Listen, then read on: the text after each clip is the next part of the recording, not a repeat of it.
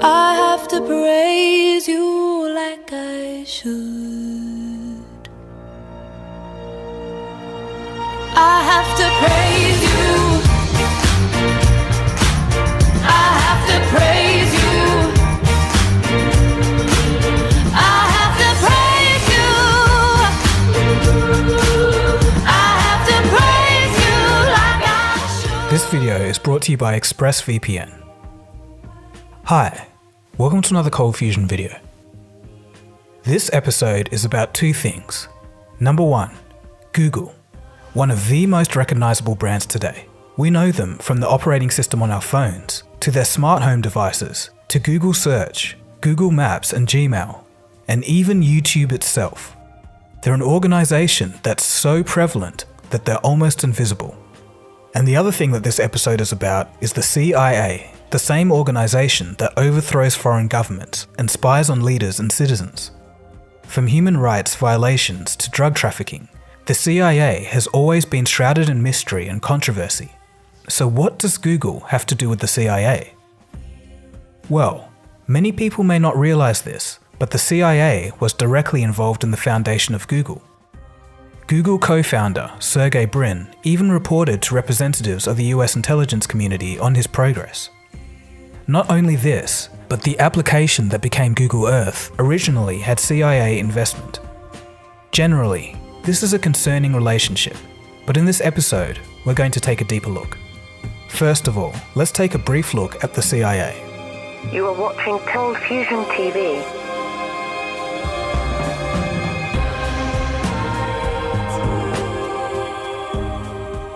After World War II, the United States would face the Soviets in a battle for world supremacy. The invention of the atomic bomb meant that no weapons could be fired in this war, so other methods had to be used. Over the next 40 years, a period known as the Cold War would begin. No shooting, just subversive tactics. In the mid-1940s, the President of the United States, inspired by the efforts of the UK's MI6 during World War II, would sign the National Security Act, which formed the Central Intelligence Agency, or the CIA. And right away, the CIA would get to work interfering in international politics. In an effort to stave off communist influence on the global stage, the CIA would interfere with the 1948 Italian elections. They would overthrow the governments of Iran and Guatemala in 1954, Indonesia in 1957, and Brazil in 1964. The CIA also conducted some rather questionable projects on their own people. Project MKUltra, for example, was the CIA's mind control program using, quote, chemical, biological, and radiological methods. Many of the studies within MKUltra focused on the administration of LSD to prisoners, drug addicts, mental patients, along with government agents and the general public, all without their consent. Documents pried loose in 1979 showed that through a front organization, the Central Intelligence Agency funded what was called the MKUltra project. The CIA wanted to understand more about brainwashing. It had money and it was ready to fund experiments, breaking down the mind with repeated electric shocks and drugs, including massive doses of LSD. These experiments were done without the informed consent of the patients. Lawyer Alan Stein took up some of the rejected cases. The government's paid a number of settlements since. Many of the payments come with non-disclosure agreements. They're trying to do it quietly. It's not fair. I mean, I feel blessed that I was able to get this far for my parents. I really do. That's what gives me justice.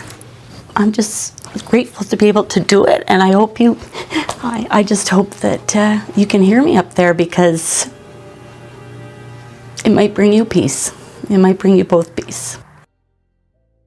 Ultimately, the CIA's goal of using LSD as a mind-altering weapon against the Soviet Union and other enemies never reached fruition. But by the time the project was disbanded in the mid-1960s, hundreds of people were unknowingly drugged and observed. I found this last one pretty entertaining. One of the most embarrassing failures of the CIA was the attempted assassination of Cuba's Fidel Castro. So, in interviews, Fidel Castro used to say, if surviving assassination attempts were an Olympic sport, I would win the gold medal. Reportedly, more than 600 attempts over his 50 years in power. Now, many of the failed plots were concocted by the CIA. The CIA tried infecting Castro's scuba gear with tuberculosis, planting exploding seashells at his favourite diving site, slipping him a poisoned fountain pen. They even tried poisoning and slipping a bomb into one of his cigars. All of these attempts were a failure. It was a gigantic waste of time and money, and Fidel Castro was Cuba's dictator for another 49 years, stepping down in 2008 only due to failing health. This is all to say, the CIA may seem formidable, but when it comes down to it, they're not always perfect. With the Soviet Union gone, the CIA's actions today may be less well known, but their influence on the world certainly hasn't gone away. And that brings us to their relationship with Google. In 1994, two PhD students, Sergey Brin and Larry Page, began working on their automated web crawling and page ranking application as part of their research project. They had bet on making the exploding internet easy to access, and it paid off enormously. Sergey Brin's part of the Stanford research was funded by the NSA and CIA. Brin would often report progress to non-Stanford individuals, one of whom was Dr. Rick Steinheiser. Steinheiser represented the CIA's Office for Research and Development to oversee their research funding in a joint CIA-NSA program. It wasn't uncommon at the time for research projects to be funded by the intelligence community. Government intelligence agencies had set up programs and often seed-funded projects. Roughly $3 to $4 million of funding flowed through the intelligence community programs into universities. And while both Google and the intelligence community deny that the CIA directly funded the start of Google, it's evident that the intelligence community's research funding helped not only Google, but Silicon Valley as a whole. There are many ways this relationship is built and preserved. One of the biggest is perhaps the Highlands Forum. There's a good chance that you've never heard of this forum, but it connects the wider Department of Defense and the intelligence community to the tech startups. This keeps the military and the intelligence community at the cutting edge of tech. Many executives on the Highland Forum hold positions in the CIA, NSA, and many other agencies. Movements from these agencies into Silicon Valley is common. For example, in 2012, the Highlands co-chair, who also worked at DARPA, left the agency to accept a senior executive position at Google.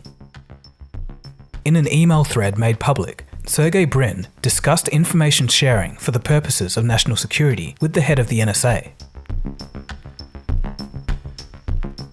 In 1999, at the peak of the dot-com boom, the CIA launched In-Q-Tel, a Silicon Valley venture capital fund.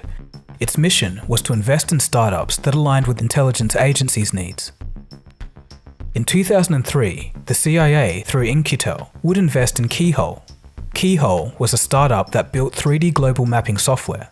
One of its first uses was to support US troops during Operation Iraqi Freedom, the campaign to overthrow Saddam Hussein. The next year, Google bought Keyhole, whose team now included CIA personnel. Google would soon turn Keyhole into the basis for Google Earth.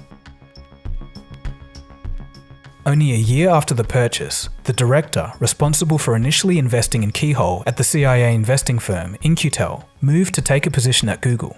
During this period, Google would win contracts for different search applications for the NSA and CIA. It's understandable that Google has a relationship with the CIA and many other government agencies. In fact, most tech giants do. At the start of this year, with a looming US election, some of the biggest names such as Microsoft, Facebook, Twitter, and Google have had meetings with the FBI, Homeland Security, and the Office of the Director of National Security. Little is known about these meetings, apart from the theme of how tech giants can ensure security for the 2020 elections.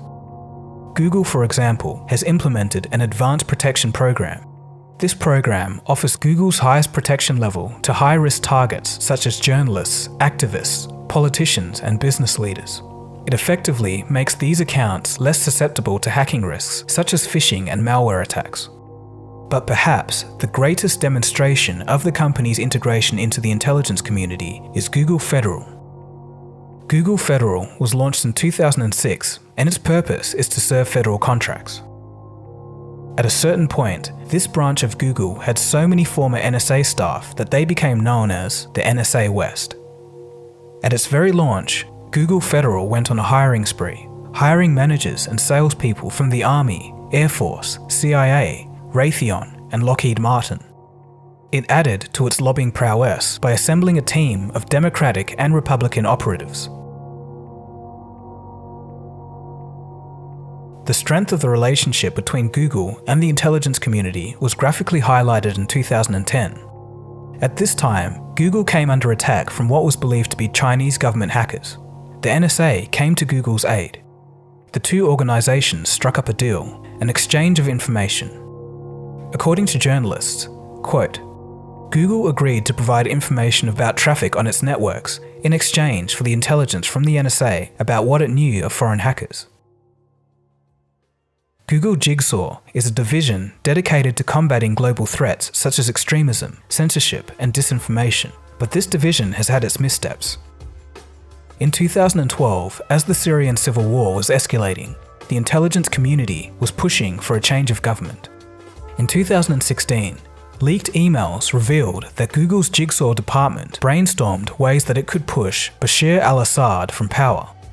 Among these ideas was a tool that visually mapped and tracked officials who broke allegiance to Assad's government. Jared Cohen, head of Google Jigsaw, planned to show this data on TV networks such as Al Jazeera within Syria. The purpose of this was to serve as propaganda to give confidence to the opposition of Assad. This opposition was, of course, the side that the intelligence community wanted to win. According to Fred Burton, a former intelligence agent at the security branch of the State Department, quote, Google is getting White House and State Department support and air cover. In reality, they are doing things the CIA cannot do. More recently, Google created a tool to track if users are at high risk of radicalization based upon their internet usage. The tool redirects them to government websites focused on persuading them off their ideas. It seems now, more than ever, Google and other tech giants are blurring the line between corporate and government intelligence. Google's entry into the market makes financial sense. By 2019, the federal government was spending $90 billion a year on information technology. It's a huge market, and Google seems to want to maintain a strong presence. The world in which the CIA and the intelligence community operates is a distant cry from reality and what most people are aware of. Likely, we will never know the full extent of their operations or the events that the CIA had an impact on. From helping overthrow governments to spying on the public, many controversies follow this organization. We didn't even touch on drug trafficking operations during wartime in Asia, Watergate, or the recruitment of former Nazis. That being said, it could be argued that there are just as many less sensationalized activities that have kept peace in the world that the public would never be aware of. Such is the nature of this organization's work. Secretive, enigmatic. As technology and the freedom of information give power to the masses, there is now a rising risk of an adverse technocracy. What hand will tech giants play in this future? And what does this mean for the world and society if private companies begin running intelligence and intervention programs on the public? Many years ago, when I was younger, I used to be fond of Google, but now I look at them differently. Thanks to ExpressVPN for sponsoring this video.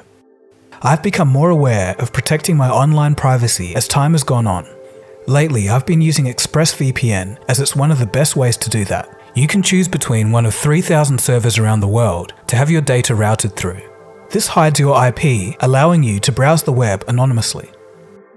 Another benefit is that you can watch content that may be blocked in your country. For example, if I wanted to watch the movie Ex Machina on Netflix, it's blocked in Australia where I live. I can just turn on ExpressVPN, set it to the United States, and I'm good to go. You can get 3 months of ExpressVPN by clicking the link in the description below. So thanks for watching this video. I hope you did get something out of it. It's a bit disconcerting, but I think it's better that people are aware of this kind of thing. So for those who are interested in videos kind of like this, I've done an episode on how governments hack each other, another episode on the dark web, and one more on WikiLeaks. So thanks for watching, my name is Dagogo and you've been watching Cold Fusion, and I'll catch you again soon for the next video. Cheers guys, have a good one. Cold fusion. It's new thinking.